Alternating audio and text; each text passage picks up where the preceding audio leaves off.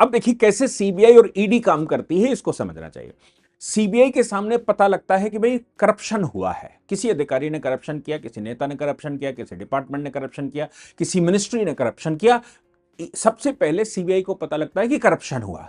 Corruption होने के बाद सीबीआई एक मुकदमा दर्ज करती है। तो अब ये करप्शन का पैसा कहां है, करप्शन का पैसा कहां छुपाया गया है, करप्शन का पैसा कहां लगाया गया है, किस काम में लगाया गया है, विदेश भेजा गया है तो कैसे भेजा गया है, तो फेमा सामने आता है। और देश में ही उसका परिवर्तन किया तो कैसे हुआ है, डिजिटल करेंसी बनाई तो कैसे बनाई, और कहां पर वो गड़ाकर रखा गया है, उसका स्रोत क्या है या उसका स्थान क्या है, ये सब कुछ ढूंढने का काम ईडी का है, वित्त मंत्रालय का है। वित्त मंत्रालय को, ईडी को पावर बहुत ज्यादा देनी पड़ती है, क्योंकि आप जब पैसा छुपा कर रखते हैं, जैसे केजरीवाल की बात कर लें, केजरीवाल ने घोटाला किया, शराब का घोटाला हुआ, गुजरात में चुनाव लड़ने गए, तो चुनाव में वो पैसा कैसे गया होगा, वहां कैसे खर्च हुआ होगा, और पैसा जो आया उसका सोर्स क्या था, और इन्वेस्टमेंट कहां हुआ।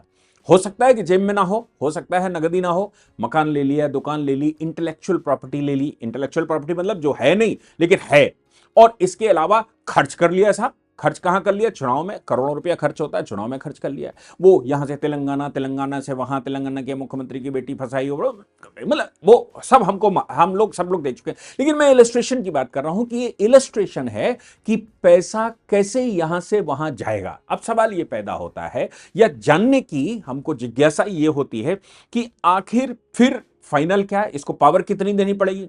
तो पावर सबसे पहली ये क्या, एफआईआर दर्ज करवाएंगे, क्योंकि सीबीआई अगर कोई काम करती है तो सबसे पहले प्राइमरी इन्वेस्टिगेशन के बाद ये काम किसी भी एजेंसी का, भारत के कानून के अनुसार किसी भी एजेंसी का पहला काम यह है कि वो एक एफआईआर दर्ज करे। एफआईआर दर्ज करने के बाद वो आगे बढ़े। अगर वो एफआईआर दर्ज नहीं करती है तो फिर वो काम आगे नहीं बढ़ सकता, उसको सबसे पहले एफआईआर दर्ज करनी पड़ती है। तो क्या ईडी को भी सबसे पहले एफआईआर दर्ज करवानी है? नहीं, ईडी को एफआईआर दर्ज नहीं करवानी पड़ती है।